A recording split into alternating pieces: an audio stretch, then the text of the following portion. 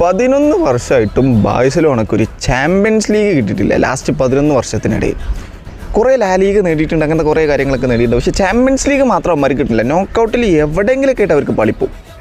Okay, ഞാൻ last quarter final first leg കഴിഞ്ഞ സമയത്ത് ഞാൻ പറഞ്ഞിരുന്നു ലാ ലീഗ ടീംസിന് ഒരു സൈക്കിളുണ്ട്. അതിലൊരു സൈക്കിളിലൊന്നാണ് അത്ലറ്റിക്കോ മാഡ്രിഡ് ബാഴ്സലോണയെ കിട്ടിക്കഴിഞ്ഞാൽ അത്ലറ്റിക്കോ മാഡ്രിഡ് ബാഴ്സലോണയെ പൊട്ടിക്കും. ഓക്കെ, പക്ഷേ അത് മാറ്റിത്തീരുന്നൊക്കെ പലരും കമൻറ്റ് ബോക്സിൽ പറഞ്ഞായിരുന്നു. പക്ഷേ അതൊന്നും കണ്ടില്ല നമ്മൾ. ഈ ഒരു മാച്ചിൽ 2-0 എന്നുള്ളൊരു സ്കോറിന് ലീഡ് കിട്ടി ബാഴ്സലോണക്ക്. ദാറ്റ് മീൻസ് അഗ്രിഗേറ്റ് സ്കോറിൽ 2-2 ആയി. 23ാമത്തെ മിനിറ്റ് തന്നെ ലാമിൻ യമാലും ഫെറാനും ഒരു ഗോൾ സ്കോർ ചെയ്തു. പക്ഷേ സ്റ്റിൽ അവിടെ ഹാൻസി ഫ്ലിക്ക് അവിടെ ഹൈലൈൻ ഇട്ടു. വൈ? അത്രയും ക്യാപ്പബിലിറ്റി ഉള്ളൊരു പ്ലേയേഴ്സ് ഇല്ലട ഈ ഭാഷയിൽ. കുബാർസി ഓൾറെഡി റെഡ് കാർഡ് കിട്ടിപ്പോയി, ഒരു ക്ലാസ് ഡിഫൻഡറാണ് പോയിട്ടുള്ളത്.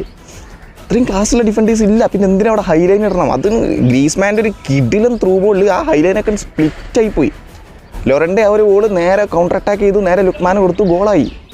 3-2 എന്നുള്ളൊരു സ്കോറിന് ലീഡ് കിട്ടി അവർക്ക് അഗ്രിഗേറ്റിൽ.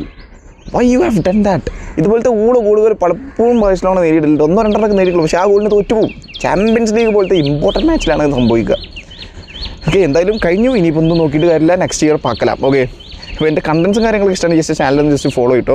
പിന്നെ അതുപോലെ ഈ ഒരു ചാമ്പ്യൻസ് ലീഗ് നേടുക എന്നുള്ളത് അത്ര സുഖമുള്ളൊരു പരിപാടിയല്ല. ഓക്കെ, എസ്പെഷ്യലി ലാസ്റ്റ് 10 കൊല്ലത്തിൽ 5 എണ്ണം നേടുക എന്നൊക്കെ പറയുന്നത്. ചില ഭാഷയോടെ കുറച്ച് അന്തം ഫാൻസൊക്കെ, ജെനുവിൻ ഓഡിയൻസിനോടല്ല പറയുന്നത്, കുറച്ച് അന്തം ഫാൻസൊക്കെ ഇങ്ങനെ വെറുതെ പറയും 15 UCL എന്ത് പറഞ്ഞാലും ഒരു 15 UCL. അത്ര സുഖമുള്ളൊരു പരിപാടിയല്ലത്.